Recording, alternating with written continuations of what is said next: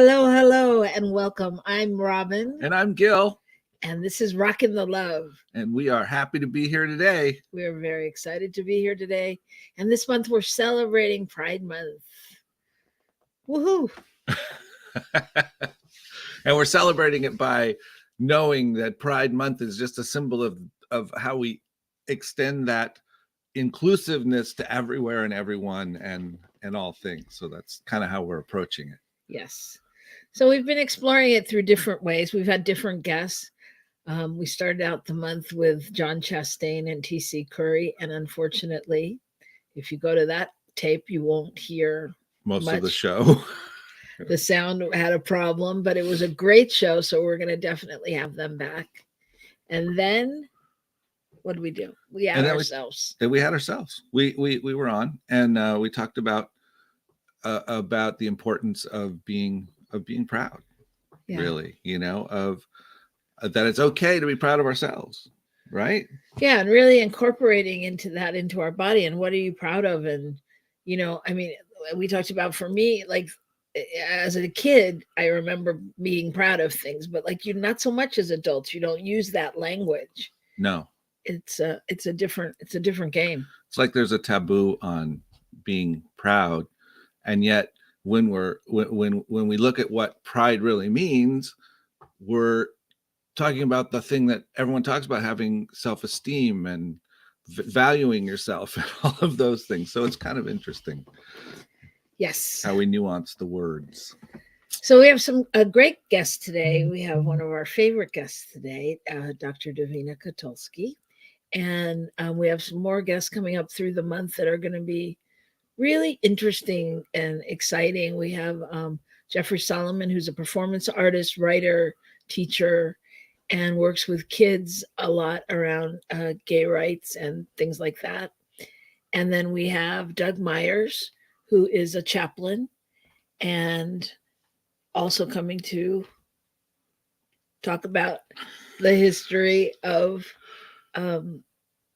a little bit about the history of Pride and where it's come from and where it is, and really to just look at what it means to what's required for people to feel included. Yeah. So something around that. That'll be an interesting show. He's a great guy, really great. So that's kind of what's coming up. Yeah, that's what's coming up. But we want to get to today. So let's get through our stuff so we can get to Davina, because you've seen her here before and it was fabulous. And so it's going to be even more fabulouser. Fabulouser. Yeah. Okay, good. It's going to be the fabulousest. Okay.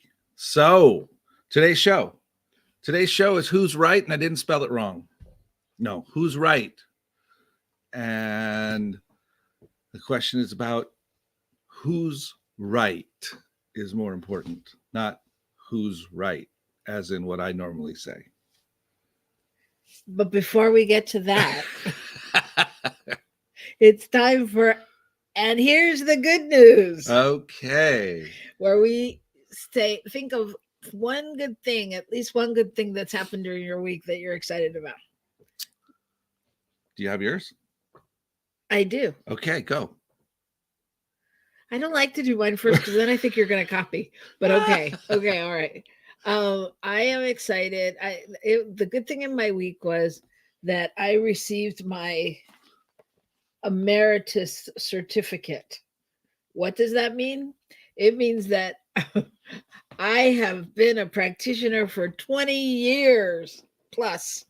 I'm actually on year 21, but it didn't mean it wasn't a big deal to me. I mean, I was like, I looked up and went, oh my God, 20 years. But like, then I started getting these pins and papers and I was like, wow, it's like a real thing. Like I all of a sudden felt like I was legal, like I could have my own doctor's office and put my degrees up now. So,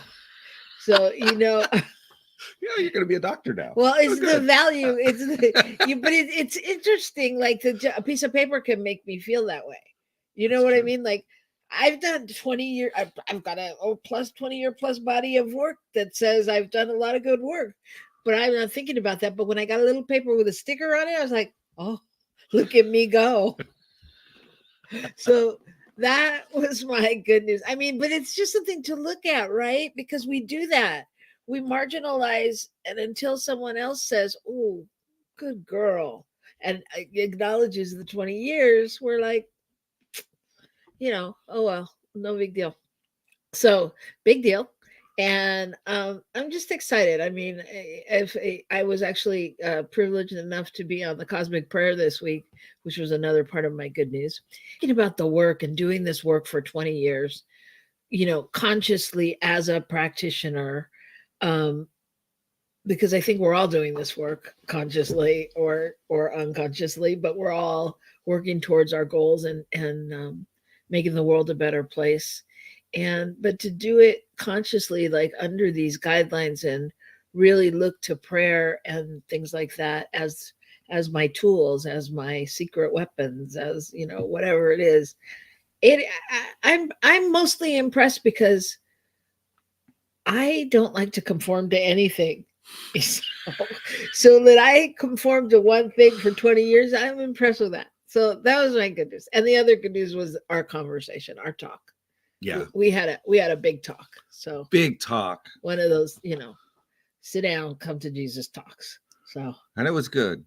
or Buddha or Allah or whoever you go to. Go ahead. Well, I'm wondering where my emeritus certificate is for being married. I'm just curious because I've hit 20 years. Right here. Oh, you're it? I'm still here. That's it. Woohoo! That says it all. That does say a lot. Huh. Wow. Yeah, good stuff. So I was thinking when you were talking about, doing the work, etc.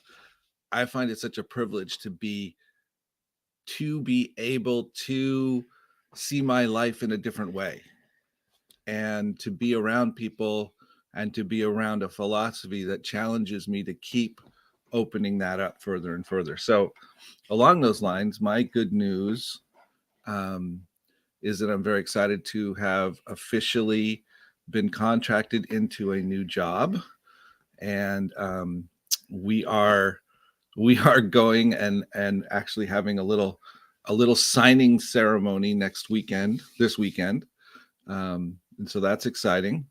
So I'm going to be the spiritual director at Rio Grande Center for Spiritual Living in New Mexico, and I'm very excited. From what I hear, they're very excited, and we are going to have some fun. So it's going to be interesting. It's great news, terrifying, and exciting. So there you go. You can't say terrifying and exciting because that takes us into a whole different show. We have to talk about. So that's a different topic. Okay, it's not really terrifying. It's just a reality check of, wow, how do I feel about myself? How do I feel about my abilities? How do I feel about other people trusting me? How do I feel about all those things? And I guess that's really what I mean. It's the piece of paper. It's the piece of paper. It is. I graduated from ministerial school 14 years ago. And woohoo, somebody that time. Yeah, that was that time. And now I'm getting a piece of paper. I have a piece of paper sitting over there that's signed that says, hey, you're the real deal and you're it. And and of course I obviously have some of those thoughts about, gosh, they might find out who I really am. But I know that actually is true, and the reality is that is a good thing. They will find out who I am. Yes. And I will find out more of who I am. And they will find out more of who they are. And we will all do it together and la, la, la, la, la. We'll sing Kumbaya. Kumbaya. That's right. That's funny. That's what I was going to say. All right. So we're going to take a break and just get whatever you need, because you're not going to want to leave the conversation when we come back with Davina Kotulski right here on New Thought Media Network.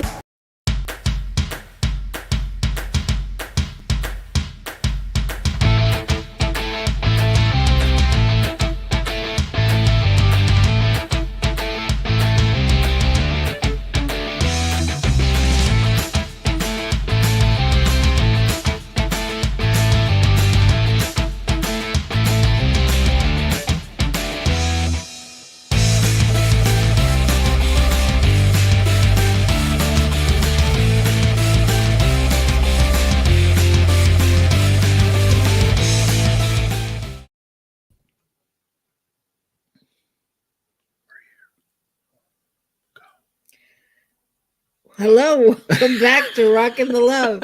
He's whispering to me to go. You go. God. I'm Robin, And I'm Gil. and we're here ready to welcome our guest today, who we are so excited about. So, our guest is Davina Kotulski, who is a licensed clinical psychologist. She's a sought after speaker, she's an award winning author. She has a thriving practice, therapy practice, and internationally, she coaches. Her practice is in California and in Portland. I just get those places. Washington, Washington. I get it. the whole West Coast. The whole West Coast. There we That's go. right. Yes. Yeah, And thanks to COVID, I am virtual and I can work with anybody on the West Coast. there you go. She's you can find her right there on the West Coast. So you have been at the forefront of the LGBTQ community and marriage equality movement and all of that for a long, long, long time. We met you back in 2009, hmm and when we were talking about gay marriage and all of that, and so that introduction doesn't begin to cover all that she's done. She's written books. Everything will unfold in this conversation, though, I'm sure. So I just want to chime in that Davina has been a real inspiration and a teacher for me because of her just authenticity in sharing and ability to um, not not make me wrong, but make me think. So thank you. wow, that's Thank you. powerful. Thanks That's for pretty saying good, that. huh? You have trouble with that, don't you? No. Yeah, right. Do you do workshops on that? If I can make him think sometimes. Wow. Well, No, but yeah, Davina is a very special person. I Mhm. mean, there's no arguing that. So in some ways, I always think of meeting you, Davina, on the steps of the whatever building it was in downtown San Francisco, City singing Hall. songs and making sure that the reversal of Prop 8 didn't happen, or did No, it happen, was or whichever direction the we hell were that was.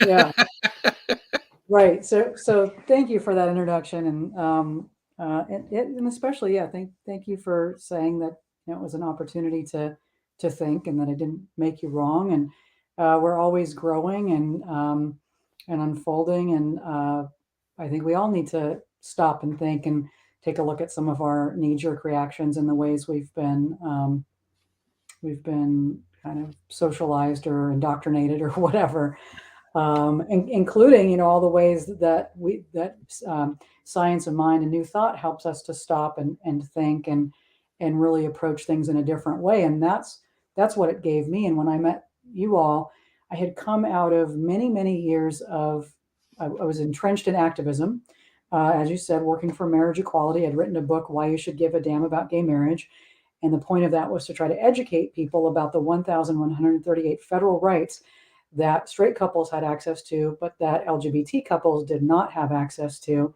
And that was just at the federal level and not the hundreds of rights also that we were denied, and really help people see how marriage equality impacted every level of our lives and why we needed it. It was more than a piece of paper. But again, like you just said, pieces of paper can also be very valuable and very validating. So I'd been busy working on marriage equality, educating people, helping, learning myself why we needed this right, even though I knew it on an intuitive level and an equal rights level. It was really expanding and being able to explain it and talk to folks and help people see. But yeah, I met the two of you. I wandered into my first Science of Mind spiritual center literally right after Prop 8 passed, which was the right that took away same-sex marriage in California. We had been given that right, or affirmed that as a constitutional right by the California State Supreme Court, and then it went to the ballot, and it just barely passed, but it took away our right to have equal marriage access. And it was very depressing. And it was a moment where I had to stop and think about strategy because everyone was very angry about what happened. And during that campaign, there'd been a lot of yelling and screaming on both sides. And that was when I met the two of you, and I came into the Science of Mind at the Oakland Center for Spiritual Living. And I started to get introduced to the idea that if we want to make change, we have to, envision it first, and we want to find it on that spiritual level first, and that if there's too much reality in your reality, nothing can change. And I'd always been inspired by, Dr. Martin Luther King, by Mahatma Gandhi, and the notion of the love warrior and leading with love. And then Science of Mind, the New Thought spiritual tradition, really helped me figure out, oh, what would that look like? And I even remember, and I didn't know this at the time, but back in 2003, 6 years earlier, I was a part of something called the California Freedom to Marry Coalition. And Reverend Deborah Johnson, who I had no idea who she was at the time, now I know she's one of the founders of Agape Spiritual Center in LA, and she had her own community in Santa Cruz, very important spiritual minister. She had come to an event and done a visioning with us. Wow. I didn't know what a visioning was then. She did a visioning, and I remember in the visioning in 2003, I imagined a sort of a park where all ages, all sexual orientations, everybody was just hanging out together, and there was so much love. And I got, oh yeah, that's why the opposition says this would lead to the decline of Western civilization, because Western civilization isn't predicated on love and inclusivity. Mm-hmm. And this is about love and inclusivity.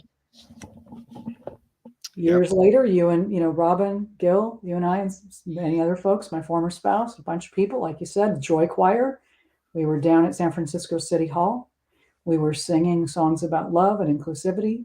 We were praying for a change, open hearts, coming from a place of love, staying in a place of love, even when people were screaming nasty things.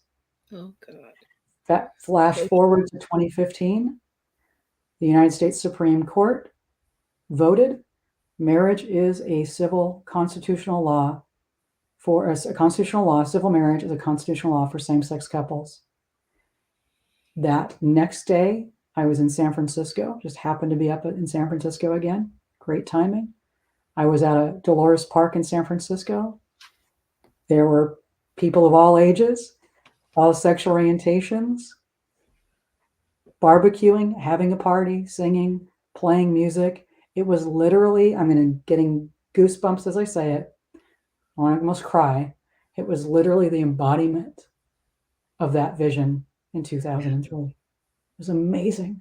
This spiritual work is amazing. So I'm going to pause there and let y'all jump in. I think what I hear in that is the beauty of how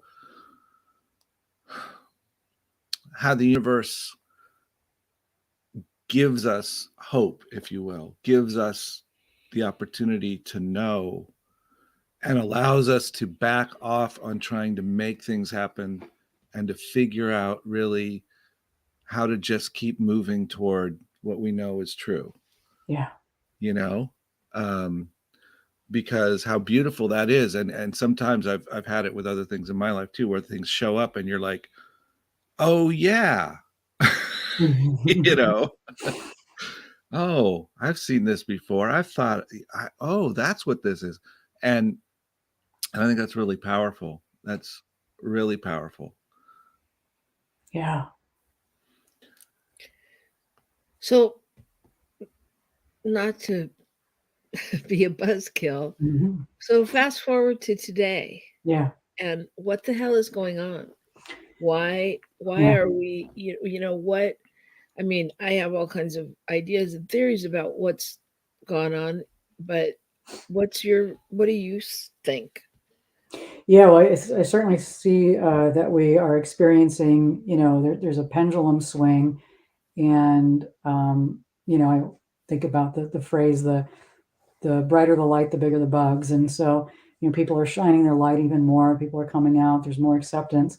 And so, at the same time that that's happening, there is this backlash, this desire to kind of put people back in their closet, back in back in their place.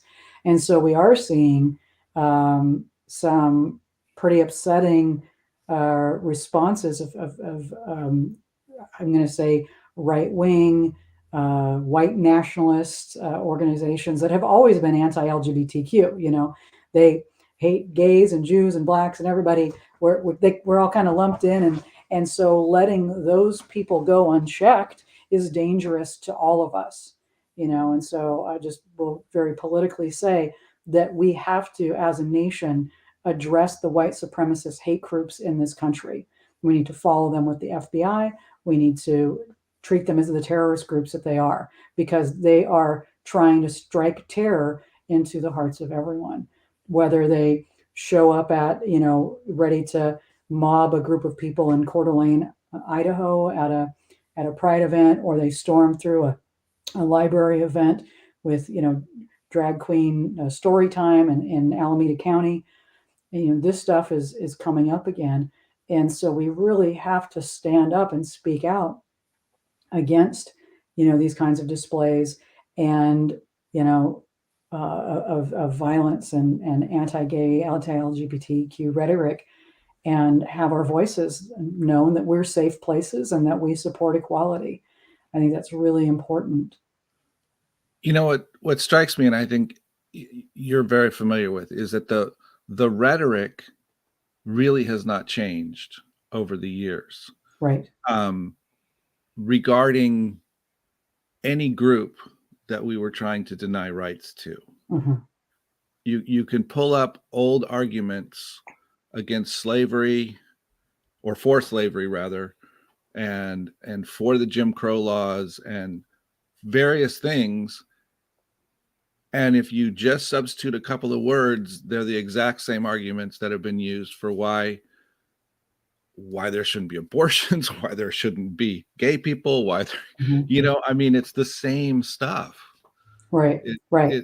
It's fascinating. Yeah. And so, there's a couple of ways to keep moving forward on this. And one is to know that people that are under the influence of those arguments, kind of like Gandhi said, it's not that they're the enemy, it's the untruth is the enemy. Right. It is these belief systems that are the enemy. The people themselves are not the enemy. So, but we still at the same time have to have checks and balances so that they're not going and hurting people. There needs to be consequences and responsibilities. At the same time, we want to keep trying to understand what's going on. What are you thinking? Why do you believe this? And approach that person who is under the influence of the untruth or the delusion of superiority, as Dr. King might say.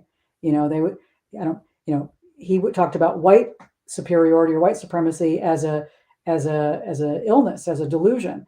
And I would say heterosexual superiority or heterosuperiority is also an illusion or a delusion, and it's a belief that one sexual orientation is better or more godlike than another, as opposed to, LGBT, we're all the same.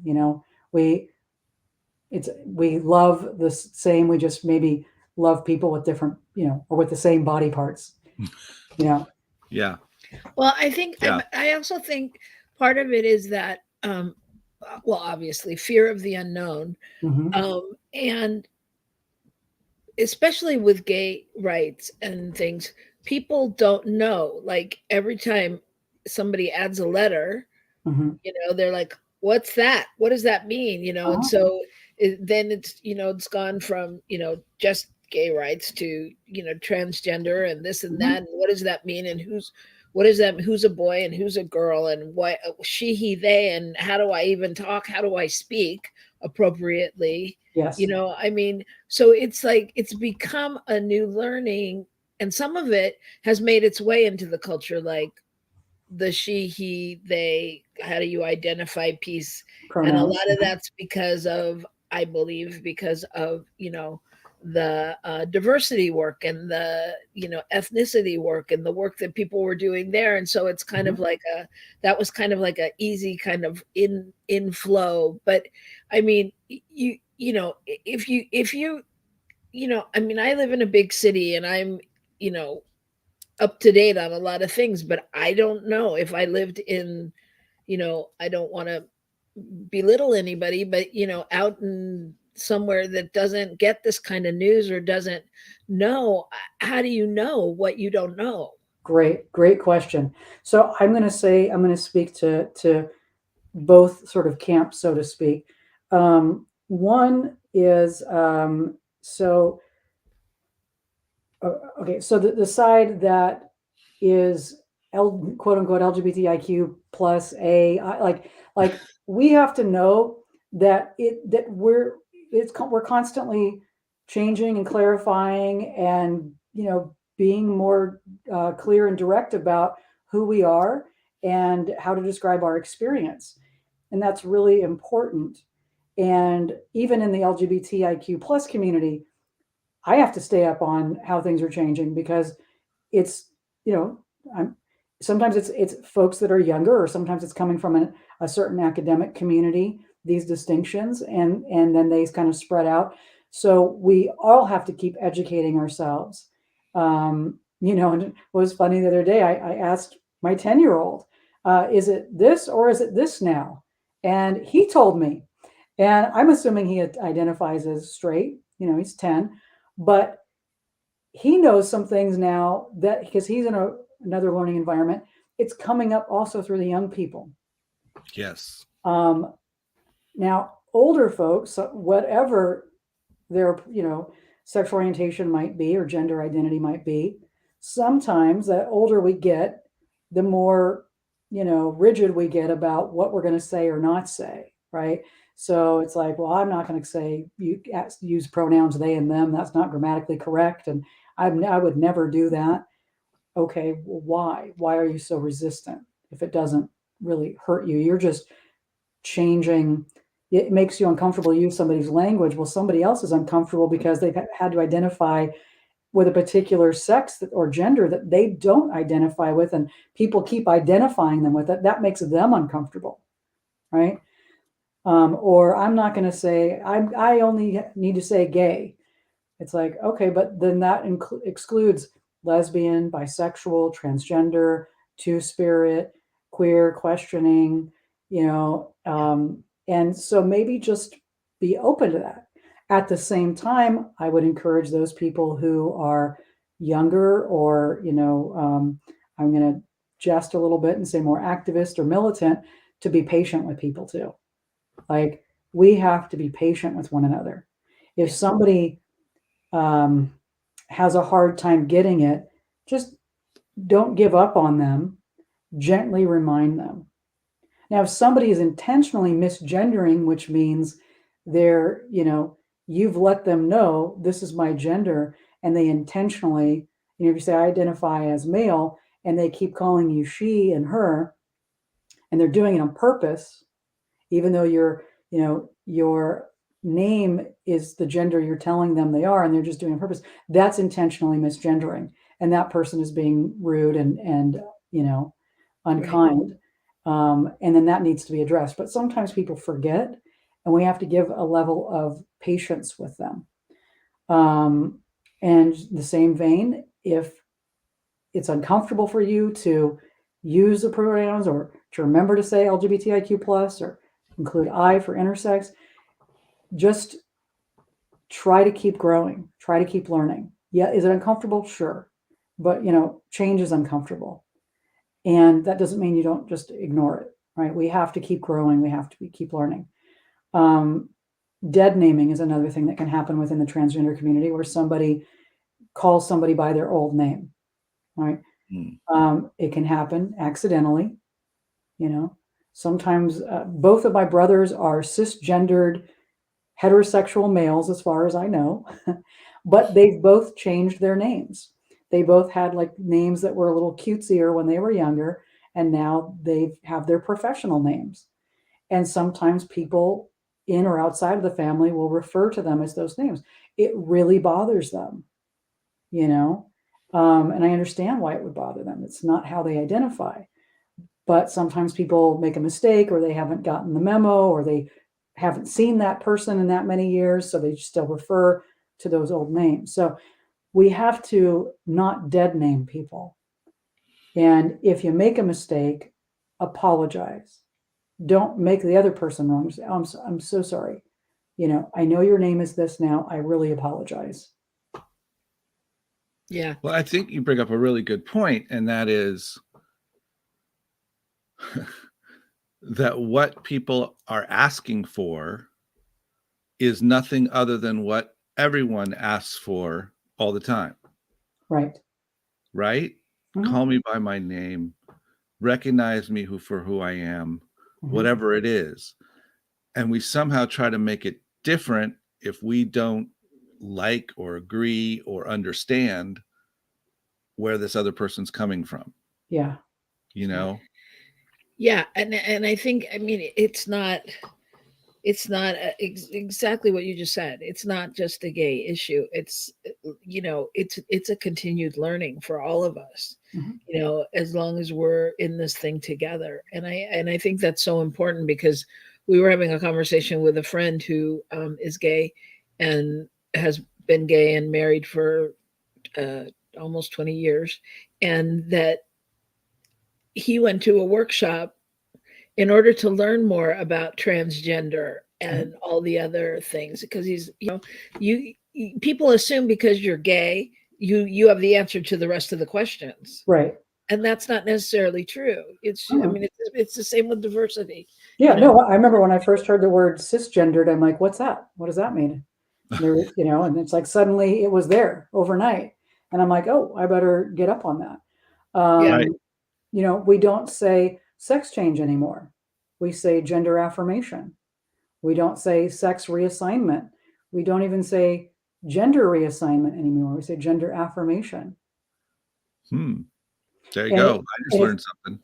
right, it's constantly changing. And so it's like,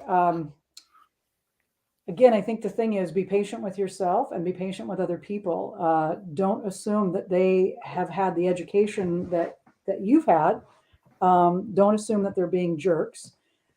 Just, you know, just help explain. Oh, okay. Well, we're not changing somebody's sex or gender. We're affirming the gender that they have always been. Now they're just sharing it with you. Before they never shared it. So gender affirmation surgeries, gender affirmation treatment, that kind of thing. Another thing, you know, that's part of our social skills, is we learn early on to say things like yes, sir, and yes, ma'am. And that kind of reaffirms a gender binary as well. And so finding other ways to be polite to folks, you know, in our language, because we want to say, oh, yeah, thank you, sir, or thank you, ma'am. Those, especially in the South, you know, those are, you know, or depending how you're raised, that's the language that you say. But that can be very upsetting to people who don't identify as a sir or a ma'am, to get sirred or ma'amed. yeah, So, yeah. so almost taking it out of the language. I mean, and then people are like, "Well, I like saying yes, sir, and yes, ma'am," and it's like, yeah. So, what do we do with that? You know, do you become more mindful? Do you ask the person, "Hey, do you what you know before you say yes, sir, or yes, ma'am," or do you take it out of your vocabulary? Well, that's like with women. I know I was in a meeting yesterday, and I was like, "You guys, blah blah blah," blah," and I go, Mhm. "Oh, sorry, I'm so sorry." And Right. they're like, "It's okay." And one of the women was like, "It's fine. I'm from New York. I'm from the East Coast. My whole family says you guys." And I was like, "Okay." And then the other one gave me her reasons why it was okay. You know, but it's like those things that have been ingrained all along, and it is such a new learning. And I just wanted to say the other thing about that is that, you know, I work with little kids, and they're learning. And Mhm. so as an adult who also has kids, it's like, yeah, sometimes you're not the authority, you know. I have my kids sit down in a group, and usually the first day we say our name and our favorite ice cream or our favorite superhero or whatever. And I said, okay, let's say our name. And I paused, and one kid was like, and our pronouns. I was Hmm. like, these are Yeah. 6 and 7 year olds, Yep. 5, 6, 7. And they I was like, okay, and our pronouns. We went around and like, I'm she, her, I'm they, sometimes I'm she, sometimes I'm he. I was like, okay. But Hmm. it was fascinating to go, okay, we're all right, we're in it. We're all in it, you know. Yeah, absolutely. Right. And that's something that the more we can do, in any sort of group environment. Hi, can you say your name and what are your pronouns? So it comes out and you don't misgender somebody. Yeah. So It also just raises the consciousness and gives space. It says, this is a safe space for me to, share who I am. Yes. Um, and again, before we didn't have this option. I moved to Washington. I got a new driver's license. I had the option of checking non-binary. You know, growing up, that language didn't exist. I didn't get to choose non-binary. Wow. I could show you a picture of what I looked like at 15, and I looked pretty much like this. And in my high school sophomore year, I'm wearing a tie and a suit. In my junior high school picture, I'm wearing a suit and a tie. So, I had the language. I knew what transsexual was. I don't even know if we had transgender back then. I knew what a sex change was. I thought I wanted one back then, and I might have, but we didn't have the language for transgender or non binary. So that identity, that option to explain who we were, who I was, didn't exist. Now it Yeah. exists. Now my driver's license is non-binary. My Oregon State psychology license is non-binary. I can put that and explain this. This is who I am. It's an option. It's Um, amazing. it is, and it just wasn't there before. So young people are able to share that with you. I mean, I love this. My stepson, his fifth grade teacher, was graduated more recently from whatever education school than I, with her PhD. I've been out for about 20 years of the academic environment, and so she always started the day with, good morning, guys, gals, and non-binary pals. And so I learned that from my 10-year-old stepson. I love that, and it's like, oh, how did we get that in our language? Like, I need to remember that, because like instead of saying, hey guys, you can say, hey guys, gals, and non-binary pals, how are we doing today? Right? That's so great. That's that's so funny. great. I want to welcome our rainbow circle hugging space cowboy Wayne from Calgary. It's good to see you out there, Wayne. And also Coach Constance coming Yeah, to great us from question. Connecticut with a great question. Yeah. So she's asking, who is the we? How does one decide who decides the language? Who picked the word cisgender? Right, and it's spelled CIS.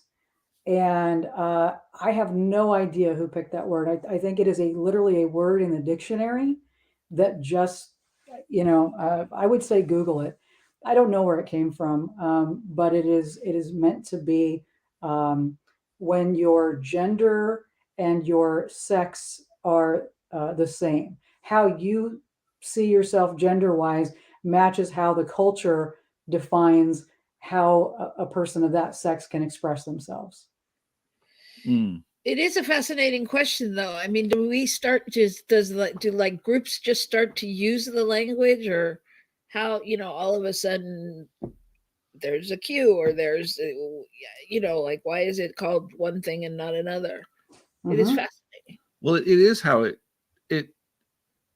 it works like that everywhere. You know, we don't in our circles hear Heavenly Father very often. Hmm. That is because people started looking for other ways to identify and began to understand, this power that was larger than us that may not really, look like us. Hmm. Right. And so there's there's that change, and so that was a whole cultural change, and it's still moving, and in some circles it's back 30-40 years from where other circles are, Right. you know. Right. We do mother, father, God, or spirit, or source, something agendered. Yeah. The other day, we went to the MCC church in Portland, just because, sometimes I like to go different places, and the Metropolitan Community Church. If you don't know, I'm not Christian. It is a Christian church that was founded by Reverend Troy Perry in 1969. He was an openly gay man, and it was the first openly gay inclusive church founded in Los Angeles in his home. There are now hundreds of MCC churches around the world. It's amazing. And they use the term heavenly parent. The minister there used the term heavenly parent. And I was like, ooh, I like that. I've never heard the term heavenly parent. And I thought that was a great gender neutral way of describing that loving, paternal, if you're going to use that kind of word, description of God or the divine or spirit, Yeah. But changes in our language and how we refer to people and what's acceptable, I believe it does start when people start saying, no, that's not okay, Right. because that's derogatory, or that's this, or that feels derogatory, or whatever it is. Right. I mean, like, remember when we used to read books and everything was in the he pronoun, and it was just assumed that this applies to women too? Right. Exactly. Yeah. Or every book you read, every Dick and Jane book was full of white people. I mean, that you just assumed that was assumed that was the best way to depict people. Yeah. Yeah. It's such a big learning. I mean, I'll admit, we were at a conference, and someone was speaking who was transgender, and also talking about, all of the things we've just been talking about, and being conscious of it. And she was saying that when you come out to your congregation in the morning and you say, "Welcome, ladies and gentlemen," you shouldn't say that, because people will feel left out and excluded. Right. And not, I mean, I don't say welcome, ladies and gentlemen, anyway, but even I felt my whole body and my head go, oh God, I can't. Do I have to learn more? I mean, there is so much to be conscious and aware of and learn. And it is a big learning curve. It's a big learning curve, and it's a big shift, and it's a big investment in being who we came to be, and standing for love, taking that stand for love, because unfortunately, when you take a stand for love or anything, tired and is not an option. Well, or just honor your feeling of tired, or honor the part of you that's resistant, and then just go, okay, well, what kind of world do I want to live in? Do I want to live in a world that is super sexually segregated and racially segregated, and preferences one view lens over another, and tramples on the rights or beliefs or experiences of others? Not really. Okay, cool. So then what can I say instead of ladies and gentlemen? How about, beloved community, right? Yeah. Right. Well, she was even like, oh, just say welcome, y'all. I mean, it's not, it's not, it's, you know what I mean? But I'm just saying, I think for a lot of people, it's exhausting, because they don't, first of all, they don't think they're going to be right, and they don't know how they're going to get it. And it's just a lot. It's a lot of learning. And I think your advice is so important of, if you do it wrong, just say you're sorry. Yeah.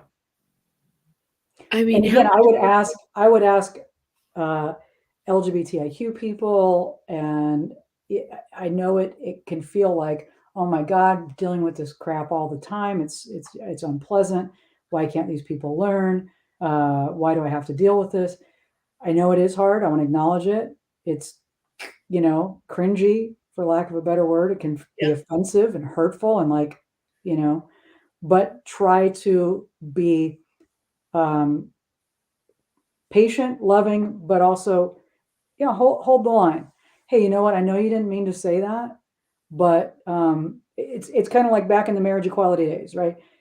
People would constantly refer to my wife at the time as my girlfriend or my partner. After I say this is my wife, they would suddenly demote her to how's your girlfriend or your partner? And they didn't do that to anybody else's spouses, only same-sex people's spouses. And I have Right. to say, are you aware of what you just said? What, I did that? Yeah, you did. So you need to look at your unconscious bias. Your unconscious bias is that same-sex couples can't be married, that LGBT people don't have this right, and you keep demoting us to partners and friends and roommates and girlfriends and boyfriends, and that's not okay. So you've got to really focus on that. You got to change that. Yeah. Now that we've had marriage equality for almost 7 years, I love it that people will refer to my girlfriend now of 7 years as my wife, and they'll assume that we're married. Promoter. That's great, because we have that right now, and so this is really good. And at some point, that will be the case, But it's just very interesting to see how it was back then, and the kind of like assumptions because gay people couldn't be married or shouldn't be married or whatever. So what would be projected onto that? And then now it's like, of course, same-sex couples can be married. Well, I think, the interesting piece of this is for all of us to remember the places where we have had to learn Mm-hmm. and grow, and actually I was speaking with one of our guests coming up, and he was talking about the fact that he remembers, when we went into San Francisco to the gay bars, Mm-hmm. that they were all white men. Yes. But there was a Mexican bar and there was an Asian bar, and so there's a lot of bias In every community. everywhere Yeah. is my point, and sometimes people think, oh, well, here's a community and that means they're all in the same place, or they've all had the same experience, or whatever, and that doesn't make any sense. All of us have these unique experiences and various layers of in and being an insider and an outsider, and it happens. Yeah. Yeah, and Yes. Coach Constance says sometimes it's a miracle to even remember anyone's name. It's so true. It's so true. And I think what's really important in this conversation is just that the openness to really be able to explore the topic, to be Mhm. able to ask, Mhm. because we're really forging new ground here in all arenas, whether it's gay pride month type things or diversity month or any of that. And there's no pat answer. Mm-mm. And I mean, even if you ask two gay people, Mhm. you know what I mean? There's no, it's like there's no rules and you have to know all of them, Mhm. you know? And so it's just an amazing conversation. So Linda Goldsmith says, I'll confess, when I first started seeing they, I could feel myself do an exasperated eye roll. Now I understand more, but still have to read it more than once to truly get it. Worth it though. Mhm. Oh, thank you. Thanks, Linda, for saying that. Yeah, absolutely. And I would just say be grateful that it's they, them, and not z, zer, and some of the other potential pronouns that were going to be used, and that may or may not actually gain traction. They, them is at least familiar in our vocabulary, but we do have to work with the grammatical things of it. And it's interesting. Someone recently came out to me as they, them, and I've known them as a particular gender. And I was texting someone else about a conversation with them and noticed that I had put all the old pronouns in. I put a couple of the right pronouns and then mostly kept putting in the old pronouns. And so I had to go back through my text message and change all the pronouns to they and to them. It was just, it required me to be more present and aware of what I was doing. And so I think that's just, we just have to be present. We have certain unconscious ways of communicating and patterns, and it's about being more aware and being more sensitive. And sometimes we might be annoyed about if somebody wants us to be more aware or more sensitive. Just think about when your spouse or roommate or somebody asks you to do something different in the kitchen, or how you put your laundry away, and how annoying that might be to you at first, how resistant to making a change. And then realizing, hey, this is about having better relationships with other people. This is about really understanding other people on a Do you know what better she's level. talking about? I have no clue what she's talking about. Do you? Do you? Were you in our room last night? Mhm. And to that, I want to get to, because you wrote a fabulous book, It's Never Too Late to Be Yourself, right? And I think Mhm. that that's really I important, think it's because it's really bringing us all into just becoming more of who we are. yeah. And so can you speak a little bit about that? Because I Yeah. know that's So your passion. sure. We mentioned the other books, Why You Should Give a Damn About Gay Marriage, and that was out there, and Love Warriors. And then I decided to write my first self-help book, which was It's Never Too Late to Be Yourself, Follow Your Inner Compass and Take Back Your Life. And because one of the things I realized being a therapist and being an activist is that we are all trying to be more of ourselves and come out of various closets and societal expectations and just live a life that honors our authentic callings. Yeah. And so it's never too late to be yourself is about reconnecting with your heart and finding ways to clear out the clutter in your life and your relationships, and to really be mindful about the life that you're living, and that it's whether you're coming out as a spiritual person or you're an artist, whatever you need to live a life that's more authentic. Maybe you want to stop drinking. Maybe you don't want to be this person that's in the business world that goes out and drinks, and being true to yourself is to change the events. And so when there's company get-togethers, you ask that there not be alcohol, or you don't go to those things because you're going to go do something else. Whatever it is about being true to yourself, setting boundaries, and also even finding work that is meaningful to you. Finding, if it's not paid work, volunteering, whatever it is that you're here to do, what your sole purpose is. That's what this book is about. Is about how to be more of yourself and to find other people that will support you in that. Because sometimes we either need to help people get on board with us in the new direction our life is going, or we need to set boundaries and limits with those people, or some people we just need to say goodbye to in this lifetime and say, you know what, we're really going in different directions. And if you're going to keep dragging me down, I need to set limits and not have you in my life. Yeah, very important. So thank you, Constance, for your comments, liking the rules and loving the title of the book. Davina, do you have another book that you're working on right now? I have another book that just came out last year. Sadly, it came out literally like on the day of the January 6th insurrection. And so, Wow, you have good timing, don't you? I have incredible timing. Yeah. So that book is called The Mana Paradigm Shift, Creating a Consciousness of Freedom and Abundance. And it is based on the notion of manna from heaven, so that whatever we need, the divine gives us day by day, and how to be open and receptive to that, and how to stay out of what I'll call those being a slave in Egypt kinds of thoughts. Egypt is narrow place means narrow place in Hebrew. And there's a lot of ideas that the story of Exodus, of the Hebrews being enslaved in Egypt and then fleeing into the desert, that there's some metaphysical ways of interpreting what that means.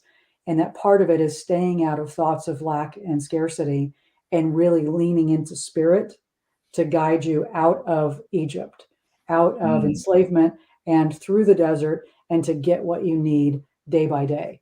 So that one I would say is also self-help, but it is a deeply I think it's a deeply metaphysical book, and it's not denominational in any way, but it's definitely about connecting with spirit and finding ways to stay in that higher consciousness. Well, thank you so much. As you can see, John Chastain says, today's show is my manna from heaven. So thank you so much. And Dr. Davina, we didn't even touch on all that she does. She does workshops and webinars and things on resilience and self-expression and past regression. And you can look on her website and check out all that she does. She's an amazing human being and a fantastic friend. And we're so lucky to have you here. And I'm very lucky that you're having me here. Thank you both. Thank you. So we just want to thank everyone for joining us today. What a great conversation. And we just encourage you to have these conversations, have them out in your communities and with people. And as I said, Dr. Davina is a great person to bring in if you need other facilitation or help. And there's other resources that you can be guided to. And it's so important. It's so important. This is what it's about, to rock the love. So thank you for joining us. And you know that you can find us at newthoughtmedianetwork.org. And if you're inclined to donate, we would love that. And we just want to thank you. Thank you so much for being here. Thank you, producer Michael Mangus. Thank you, Davina Kotulski. Thank you, Gil Olmsted. Thank you, Robin Rice. And thank you, Coach Constance and Wayne and John and Linda and whoever else was out there that was hiding in the shadows and didn't tell us. We love you. Thank whoever you. Watches in the future. And we'll see you back here next week on New Thought Media Network. And please rock the love. Rock the love.